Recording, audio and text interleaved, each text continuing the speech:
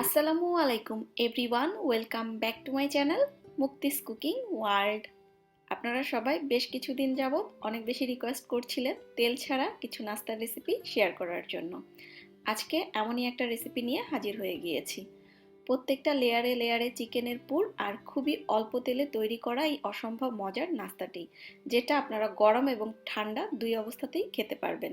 খেতে খুবই মজাদার। আমি সাউথ ইন্ডিয়ান একটা ভিডিও দেখে মূলত এই রেসিপিটা শিখেছি, যেখানে নাম ছিল চিট্টি পাত্রি। এরকম হবে উচ্চারণটা, আমি ভুলও বলতে পারি কারণ সাউথ ইন্ডিয়ান ভাষাটা আমি বুঝি না।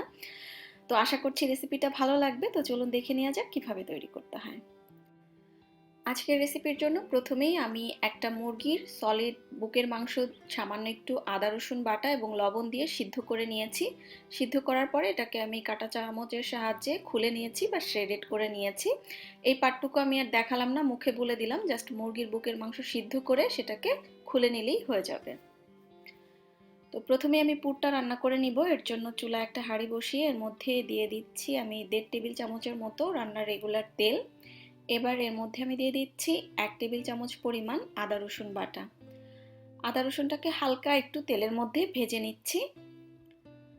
আদা রসুনটাকে হালকা একটু ভেজে নেওয়ার পরে এবার এর মধ্যে আমি সামান্য একটু পানি দিয়ে দিচ্ছি, কারণ এখন আমি গুঁড়া মশলা অ্যাড করব সেই জন্য।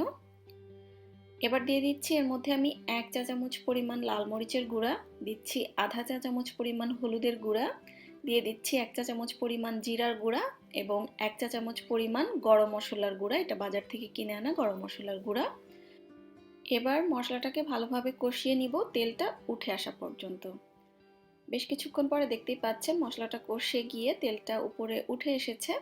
এই পর্যায়ে এর মধ্যে আমি দিয়ে দিচ্ছি আগে থেকে সিদ্ধ করে ছাড়িয়ে রাখা চিকেন। এবার দিয়ে দিচ্ছি 1 কাপ পরিমাণ পেঁয়াজ কুচি। এখন ভালোভাবে মশলার সঙ্গে প্রথমে এগুলোকে একটু মিশিয়ে নিতে হবে। সবকিছু একটু মিশিয়ে নেওয়ার পরে এবার এর মধ্যে আমি দিয়ে দিচ্ছি স্বাদ মতো লবণ, তবে লবণটা একটু বুঝে দিবেন কারণ চিকেনটা কিন্তু লবণ দিয়েই সিদ্ধ করা।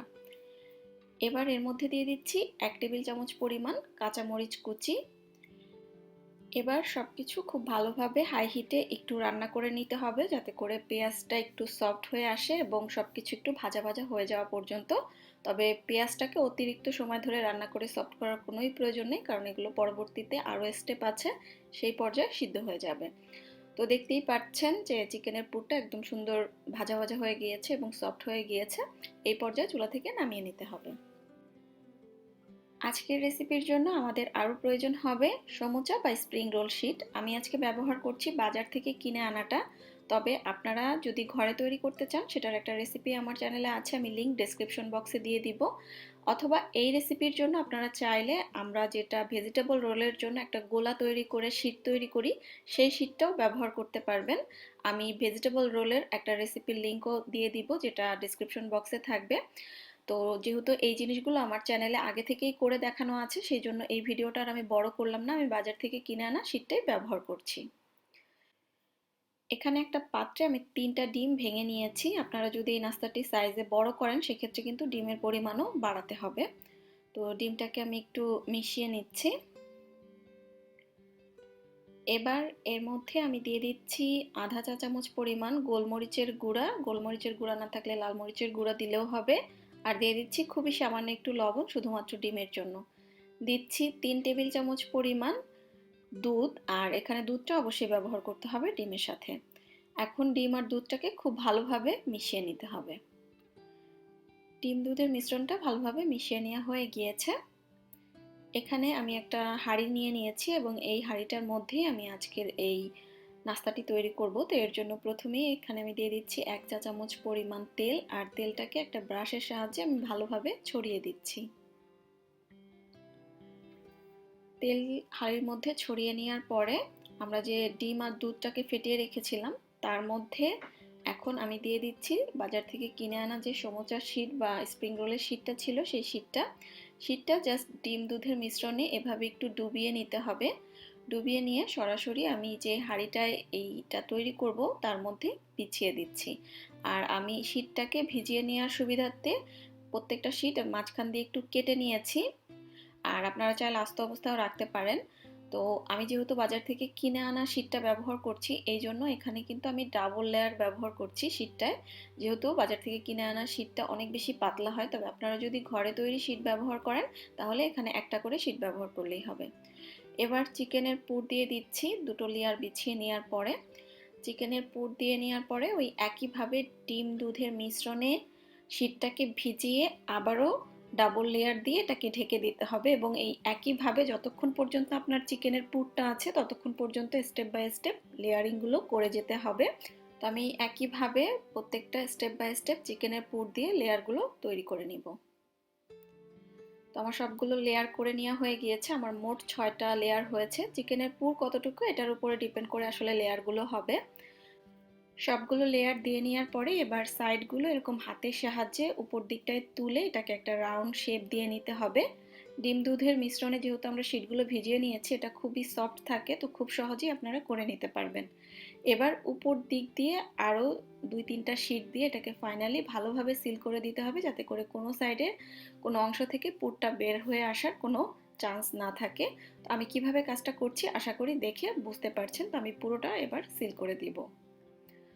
সবটুকু সিল করে দেওয়ার পরে আমি যে ডিম দুধের মিশ্রণটা রেডি করেছিলাম, ওখান থেকে আমার এইটুকু মিশ্রণ অবশিষ্ট রয়ে গিয়েছে, তো ওই মিশ্রণটুকু আমি এখানে দিয়ে দিলাম।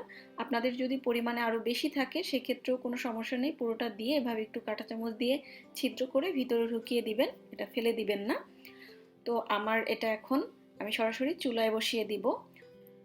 হাঁড়িটাকে সরাসরি চুলায় বসিয়ে নেওয়ার পরে এবার আমি ঢাকনা দিয়ে ঢেকে দিচ্ছি, এবং ঢাকনার গায়ে যে ছিদ্রটা আছে সেটাও আমি বন্ধ করে দিচ্ছি। এবার চুলার আঁচটা একেবারে লোতে করে ঢাকনা দিয়ে ঢেকে এভাবে 20 থেকে 25 মিনিটের জন্য চুলার উপরে রেখে দিতে হবে, এবং অবশ্যই চুলার আঁচটা লোতে রাখতে হবে, তা না হলে কিন্তু এটা নিচে পোড়া লেগে যাবে। প্রায় 25 মিনিট পরে আমি ঢাকনাটা খুলে নিচ্ছি, এবং দেখবেন যে সাইডগুলো আস্তে আস্তে লাল হতে শুরু করবে। এবার এটাকে আমি উল্টে নিব, তবে আমি এভাবে উল্টে নিচ্ছি। আপনাদের কাছে যদি এভাবে কঠিন মনে হয় সেক্ষেত্রে হাঁড়িটাকে একটা প্লেটের উপরে প্রথমে উল্টে নেবেন, তারপরে প্লেটটাকে ধরে আবার হাঁড়ির মধ্যে এভাবে এটাকে ঢেলে দিবেন। যার যেভাবে সুবিধা সে সেভাবে উল্টে নিতে পারবেন, সেক্ষেত্রে কোনো সমস্যা নেই। আবারও উল্টে নেওয়ার পরে ঢাকনা দিয়ে ঢেকে চুলার আঁচ লোতে করে আমি 15 মিনিটের জন্য রেখে দিব। 15 মিনিট পরে চুলার আঁচটা একটু বাড়িয়ে নিচটাকে একটু লালচে করে এটাকে নামিয়ে নেব। অনেকটা কেক বেক করার মতো একদম লো হিটে ধৈর্য ধরে এটাকে বেক করে নিতে হবে বা কুক করে নিতে হবে। তো দেখতেই পাচ্ছেন দুটো সাইড সুন্দরভাবে হয়ে গিয়েছে, এবার আমি চুলা থেকে নামিয়ে নিব। আর এই তো তৈরি হয়ে গেল আমার খুবই সহজ এবং মজাদার একটি নাস্তা, যেটা কিনা খুবই অল্প তেল দিয়ে তৈরি করে নেওয়া যায়, এবং প্রত্যেকটা লেয়ারে লেয়ারে চিকেনের পুর খেতে খুবই মজার হয়ে থাকে। আপনারা এই নাস্তাটি ঠান্ডা গরম দুই অবস্থাতেই পরিবেশন করতে পারবেন। চাইলে ইফতারি হিসাবে তৈরি করতে পারবেন, বাচ্চা স্কুলে টিফিনে দিতে পারবেন, সকালে নাস্তা হিসাবেও তৈরি করতে পারবেন। আশা করছি রেসিপিটি ভালো লেগেছে। ভালো লাগলে ভিডিওতে অবশ্যই একটা লাইক দিবেন এবং চ্যানেলটি সাবস্ক্রাইব করে পাশেই থাকবেন। আজকের মতো তাহলে এখানে বিদায় নিচ্ছি। সবাই খুব বেশি ভালো থাকবেন। আল্লাহ হাফেজ।